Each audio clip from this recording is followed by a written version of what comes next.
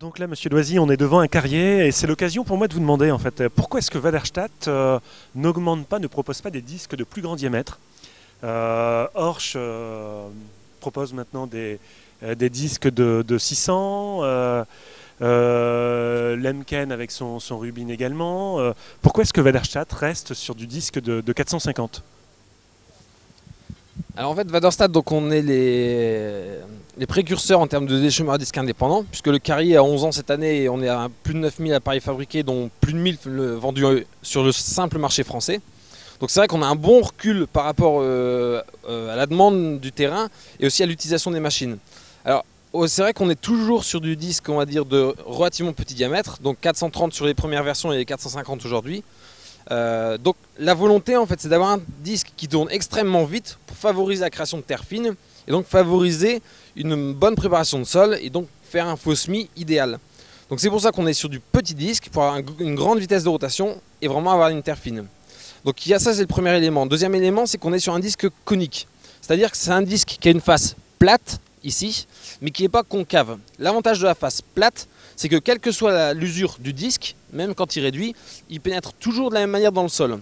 Ce qui fait que ça permet d'avoir des disques qui rentrent bien, même s'ils ont 2-3 cm de moins au diamètre. Ça ne change absolument rien.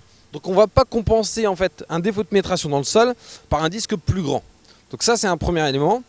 Et dernière chose, au niveau de la fixation du disque, puisque c'est quelque chose vraiment d'élémentaire, notamment pour tous les gens qui utilisent du cover crop, c'est qu'en termes de passage en débris végétaux, on bourre toujours quand il y a le palier qui est devant le disque, parce que la matière pourra s'enrouler autour du palier.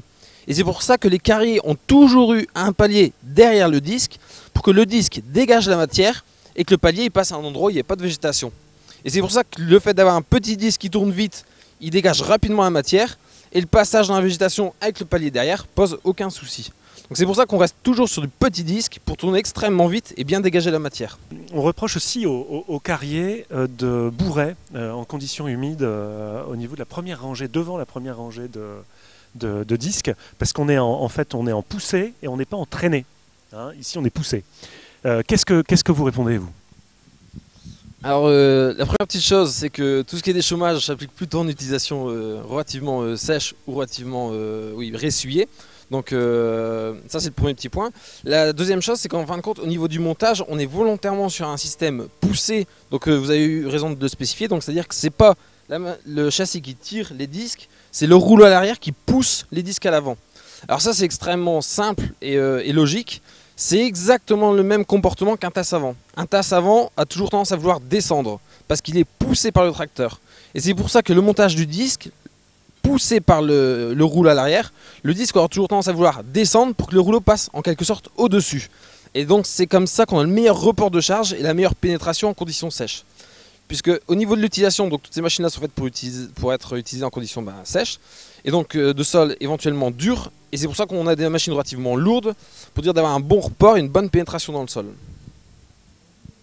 Votre solution pour le semis des couverts végétaux, donc c'est le Biodrill 360, c'est ça? Alors le Biodrill, c'est une machine qui existe chez nous déjà depuis de nombreuses années, qui était un peu mis en veille parce que le contexte économique français ne favorisait pas le développement de ce type de machine. En fait, ça c'est une réponse, on va dire, directe à l'implantation de tout ce qui est couverts végétaux, puisqu'on va avoir une trémie de 360 litres qui va être disposée à l'arrière de la machine, donc avec un entraînement de la distribution par le rouleau à l'arrière, donc un DPA mécanique, qui permettra d'avoir une très bonne précision de débit et qui permettra donc de semer tout type de couverts, de petites graines à la volée, donc juste devant le rouleau. Alors ce semoir-là, il permet de semer tout ce qui est moutarde, etc., facélie, mais éventuellement, on a certains agriculteurs aujourd'hui, de plus en plus d'ailleurs, qui implantent des colzas directement avec ce type de machine. Le gros point fort du Biodrill, c'est qu'on a une trémie de 360 litres, mais qui est facilement accessible et on peut la remplir de derrière sans monter sur des passerelles. Donc pour tout ce qui est CUMA ou utilisation de salariés, en termes de sécurité de travail, c'est vraiment un point fort. Donc ça permet donc de semer tous les couverts avec le Biodrill, mais aussi éventuellement de les détruire, puisque le carrier passe très bien en conditions de destruction de couverts, notamment sur du sol légèrement gelé. Donc le Biodrill, c'est un semoir avec une distribution centralisée, une tête de répartition.